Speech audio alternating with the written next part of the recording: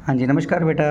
चलिए बेटा, अब आप अपना अगला टॉपिक हम समझते हैं। हम इश्यू ऑफ डिबेंचर्स की एंट्रीज हमने लास्ट लेक्चर में सीखी थी। उसके बाद एक हमने इलस्ट्रेशन भी किया था, इलस्ट्रेशन नंबर 1, जो कि इश्यू ऑफ डिबेंचर्स का क्वेश्चन था, ठीक है, बेसिक एंट्रीज का, जब हमने डिबेंचर पार पे इशू किए थे। अब बेटा मैं टॉपिक पढ़ाने जा रहा हूँ issue of debentures at premium, यानी कि जब डिबेंचर अपनी फेस वैल्यू से ज़्यादा पे इशू होते हैं तो हम बोलते हैं कि हमने डिबेंचर किस पे इशू किया, प्रीमियम पे। मान लीजिए कोई डिबेंचर 100 रुपये का है और 100 रुपये का डिबेंचर आपने मार्केट में 110 में इशू किया। इसका मतलब आपने 100 रुपये से कितना ज़्यादा वसूल किए, 10 रुपये ज़्यादा वसूल किए। तो वो 10 रुपये क्या था आपका, प्रीमियम था।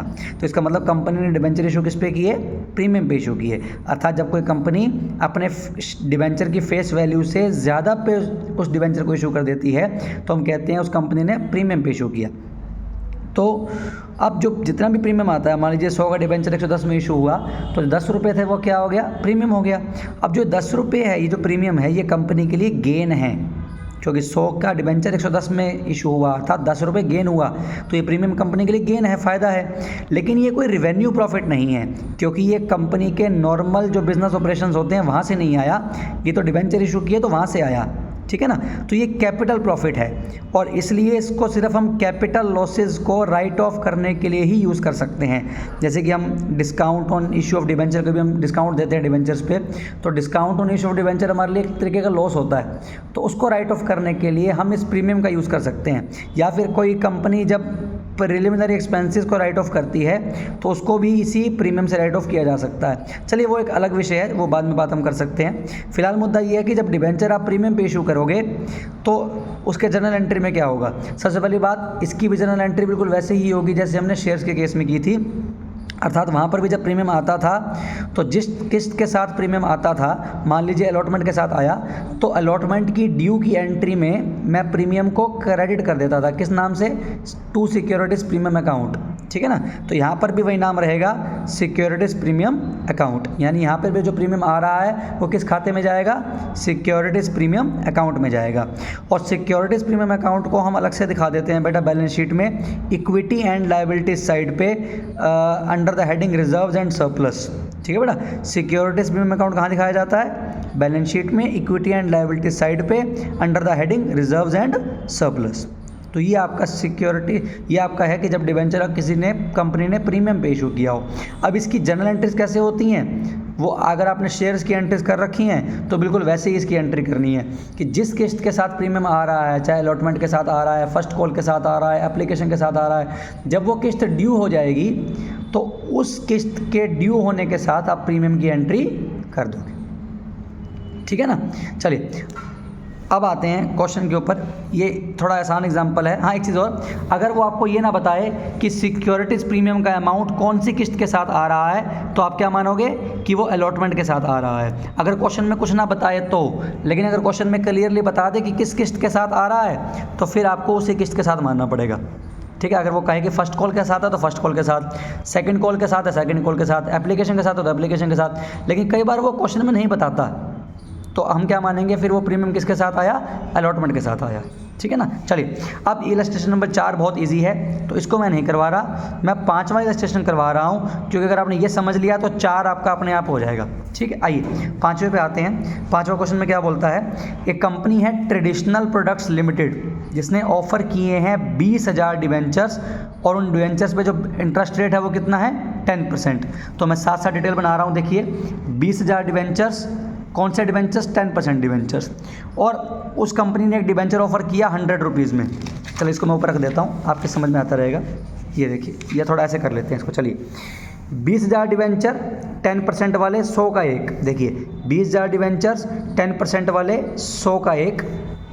अब इसको कंपनी ने इशू किया 10% के प्रीमियम पे, अर्थात 100 रुपये इसकी फेस वैल्यू थी तो फेस वैल्यू का 10% प्रीमियम हो गया, तो 100 रुपये का 10% कितना हो गया, 10, अर्थात कंपनी ने 100 का डिवेंचर 10 के प्रीमियम पे दिया। इसका मतलब कंपनी ने कितने पे दिया, 110 में दिया। तो ये मैंने यहाँ पर कर रखा है, देखो डिवेंचर 100 का था, प्रीमियम यानी कि फेस वैल्यू 100 थी तो फेस वैल्यू का 10% प्रीमियम है, यानी कि 100 का 10% कितना हो गया, 10 रुपये।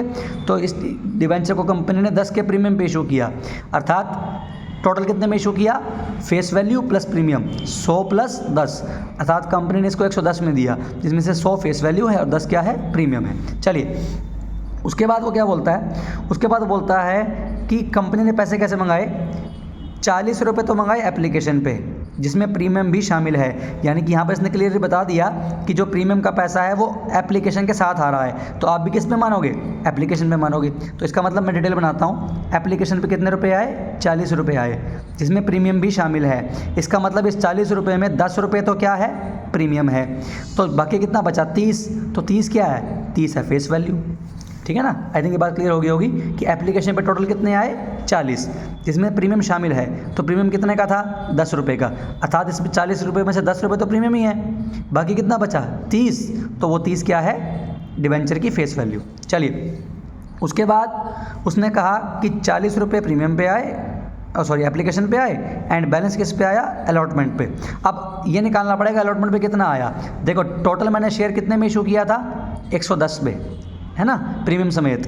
तो एप्लीकेशन पे कितने आ चुके हैं, 40, आने कितने हैं टोटल, 110, और बैलेंस किस पे आ रहा है, अलॉटमेंट पे। तो बैलेंस कितना बचा, 70 रुपये, 110 आना था, 40 आ गया, 70 बच गया। तो 70 कहाँ आ गया, अलॉटमेंट पे। तो मैंने पहले लिख के रख लिया अलॉटमेंट पे 70, ये मैंने शॉर्ट में लिखा है, एप्लीकेशन और अलॉटमेंट। ठीक है, तो अलॉटमेंट पे कितने आए बेटा, 70 आए, और ये सारी की सारी फेस वैल्यू है, क्योंकि प्रीमियम तो पहले ही एप्लीकेशन पे आ चुका है। ठीक है ना, चलिए उसके बाद क्या बोलता है, ये डिबेंचर जो है रिडीमेबल एट पार हैं आफ्टर 8 ईयर्स। रिडीमेबल का मतलब जब ये इन डिबेंचर्स की जो रिपेमेंट होगी वो 8 साल बाद होगी, और वो एट पार होगी, मतलब जितने का डिबेंचर था उतने में ही होगी। तो वो तो जब आप आगे सीखोगे तब पता लगेगा, फिलहाल इसको आप इग्नोर कर सकते हो। उसके बाद बोलता है but applications are received for 30,000 debentures. देखो मैंने कितने डिबेंचर ऑफर किए थे मार्केट में, 20,000। ठीक है ना, एप्लीकेशन कितने की आई, 30,000। तो मैंने आपको बताया था जब आप डिवेंचर ऑफर कम कर रहे हो और एप्लीकेशन लोग अप्लाई ज़्यादा कर रहे हैं, इसका मतलब वो कौन सा केस है बेटा, ओवर सब्सक्रिप्शन का। तो मैंने देखो यहाँ लिखा हुआ है कि 20,000 मैंने ऑफ़र किए थे, लोगों ने कितने मांगे मुझसे, 30,000 डिवेंचर मांगे। इसका मतलब 30,000 एप्लीकेशन आई मेरे पास, मतलब 30,000 डिवेंचर्स के लिए एप्लीकेशन आई मेरे पास। इसका मतलब ये कौन सा केस हो गया, ओवर सब्सक्रिप्शन। और जब भी बेटा क्वेश्चन ओवर सब्सक्रिप्शन का आता है तो उसमें हम टेबल बनाते हैं। टेबल कौन सी, अप्लाइड, फिर अलॉटेड और फिर एडवांस। ये मैंने आपको पिछली वीडियो में भी बताया था, है ना। ये वही टेबल है जो हमने पिछली वीडियो में बनाई थी, क्योंकि वो क्वेश्चन भी ओवर सब्सक्रिप्शन का ही क्वेश्चन था, बस वहाँ प्रीमियम नहीं था, वो एट पार था, ये प्रीमियम के साथ है। ठीक है तो यहाँ पर भी क्या, ओवर सब्सक्रिप्शन। तो देखो टेबल बन गई अप्लाइड, अलॉटेड, एडवांस। तो अब देखो अलॉटमेंट कैसे हुई, वो कह रहा है allotment is made on pro rata basis. उसने कुछ नहीं बताया कि किसको कितने शेयर्स दिए, बस ये बता दिया कि जितने भी लोगों ने अप्लाई किया था 30,000 शेयर्स के लिए, सबको हमने प्रो राटा पे दे दिया। इसका मतलब 30,000 तो एप्लीकेशन आई, मैं कितने दे सकता हूँ, 20,000। तो अर्थात मैंने 3:2 में शेयर्स अलॉट कर दिए। 30,000 शेयर माफ कीजिए शेयर इन डिवेंचर्स, जिन्होंने 30,000 डिवेंचर्स मांगे थे उन्हीं को प्रो राटा बेसिस पे सारे के सारे दे दिए। कितने दे दिए, 20,000। ठीक है ना, तो रेशियो निकालनी हो तो क्या बनेगी, 30,000 रेशियो 20,000, 3:2, वो भी आप निकाल सकते हो। चलो उसके बाद अब इस पर एडवांस निकालना है। एडवांस कैसे निकालते हैं, मैंने आपको बताया था 30,000 माइनस 20,000, जितने लोगों ने अप्लाई किए थे और जितने आपने उनको अलॉट किए, तो 30 माइनस 20 कितना हो गया बेटा, 10,000। तो 10,000 डिवेंचर्स पे एडवांस आया, और एडवांस कितने अमाउंट का आया, जितना एप्लीकेशन मनी है। एप्लीकेशन मनी कितना है, 40। ठीक है, तो एडवांस आया 10,000 डिवेंचर्स पे 40 रुपये, अर्थात 4 लाख रुपए। तो ये 4 लाख मैंने लिख दिया एडवांस में।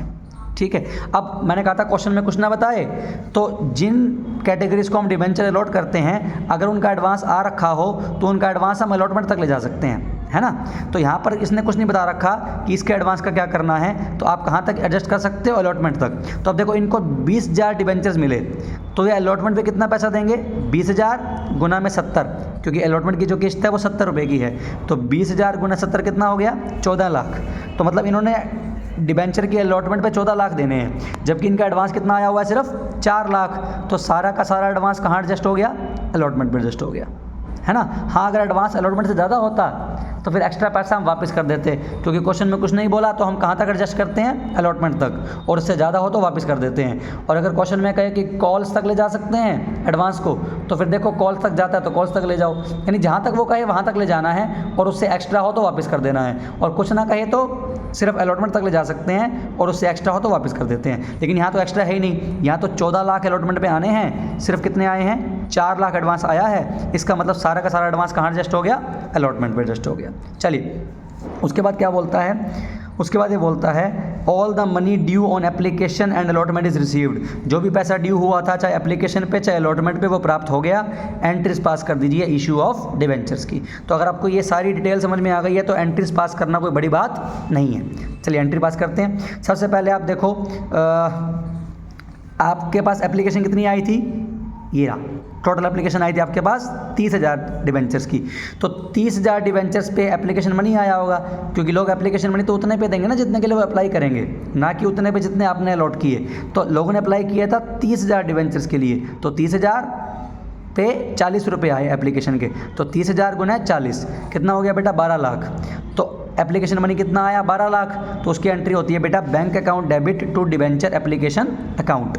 ठीक है ना, ये देखो ये कर रखी है, बैंक अकाउंट डेबिट टू 10% लगा देना, क्योंकि जो डिवेंचर, हाँ ये ध्यान रखना डिवेंचर्स का रेट कितना है 10%। तो जहाँ जहाँ डिवेंचर वर्ड यूज़ होगा एंट्रीज में वहाँ 10% लगेगा। तो यहाँ पे एंट्री में भी देखो जहाँ डिवेंचर वर्ड यूज़ हुआ कितना लगा 10%। तो एंट्री बनेगी bank account debit to 10% debenture application account. कितना पैसा आएगा बेटा, 30,000 शेयर अप्लाई हुए थे, और सॉरी डिवेंचर लोगों ने अप्लाई किए थे 30,000 मल्टीप्लाई बाय 40 कितना हो गया था, 12 लाख। तो ये देखो हमने कर रखा है 12 lakh. Bank account debit to 10% debenture application account कितना, 12 लाख। उसके बाद अभी एप्लीकेशन कहाँ ट्रांसफ़र होगी, डिवेंचर अकाउंट में, कुछ जाएगी प्रीमियम में, कुछ पैसा अलॉटमेंट में जाएगा। तो वो क्वेश्चन में देखना पड़ेगा कैसे होगा। देखो सबसे पहले डिवेंचर एप्लीकेशन कितना क्रेडिट हुआ था, 12 लाख। तो अगले एंट्री में डेबिट भी कितना होगा, 12 लाख। तो मैंने कर दिया 10% डिवेंचर एप्लीकेशन अकाउंट डेबिट कितना हो गया, 12 लाख। अब इस 12 लाख का हिसाब किताब करना है, जैसे हमने पिछले क्वेश्चन में भी किया था। वो देखो कैसे होगा, इस 12 लाख में से कुछ अमाउंट डिवेंचर्स में जाएगा। कितना जाएगा, जितने शेयर्स हमने अलॉट किए थे, कितने अलॉट किए थे बेटा, 20,000 शेयर हमने अलॉट किए थे जनता को, टोटल शेयर नहीं माफ़ कीजिए डिवेंचर, 20,000 डिवेंचर अलॉट किए थे।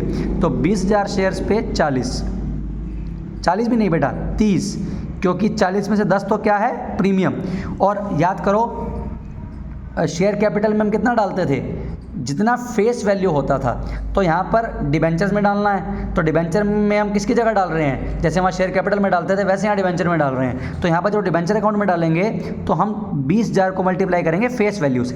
तो फेस वैल्यू कितनी है 30, तो 20,000 गुना में 30 कितना हो गया 6 लाख, अर्थात डिवेंचर के खाते में जाएगा 6 लाख। ठीक है, तो देखो यहाँ लिखा हुआ है टू 10% डिवेंचर्स 6 लाख।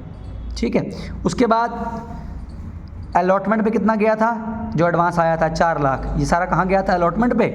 तो ये 12 लाख में से 4 लाख कहाँ चला गया, अलॉटमेंट पे। तो देखो यहाँ लिखोगे टू 10% डिवेंचर अलॉटमेंट अकाउंट कितना हो गया 4 लाख। देखो ये 4 लाख दिखा रखा है।